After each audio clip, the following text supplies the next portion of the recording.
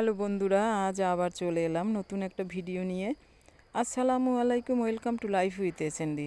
আজ আমি বানাচ্ছি আমার মেয়ের ভীষণ পছন্দের একটি খাবার, চিকেন মোমো।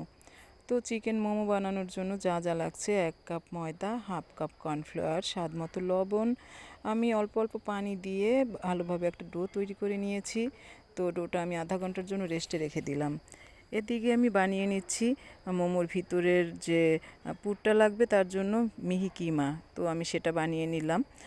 তো এই তো এর ভিতরে দেবো একে একে গোলমরিচ গুঁড়ো, পেঁয়াজ কলি, পেঁয়াজ কুচানো, আদা রসুন চাপ, কাঁচামরিচ কুচানো, আর হলো সয়া সস আর সিসিমি অয়েল।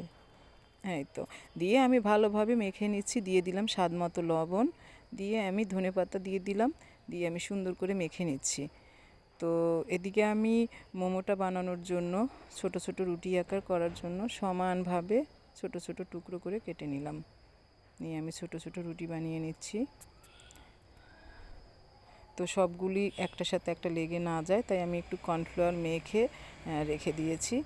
এই তো আমি খুব সুন্দর মোমো বানাতে পারি না, তাও যা বানাতে এবড়ো থেবড়ো বানিয়েছি, কিন্তু খেতে কিন্তু খুব ভালো হয়েছিল, অনেক মজা হয়েছিল। দেখতে যেমনই হোক, খেতে ভালো হবে। এই তো, আর আমার আসলে স্টিমারটা বড় ছিল না, তাই আমি ছোট একটা স্টিমারে অল্প অল্প করে স্টিম করে নিয়েছি। ধাপে ধাপে হয়ে গেল।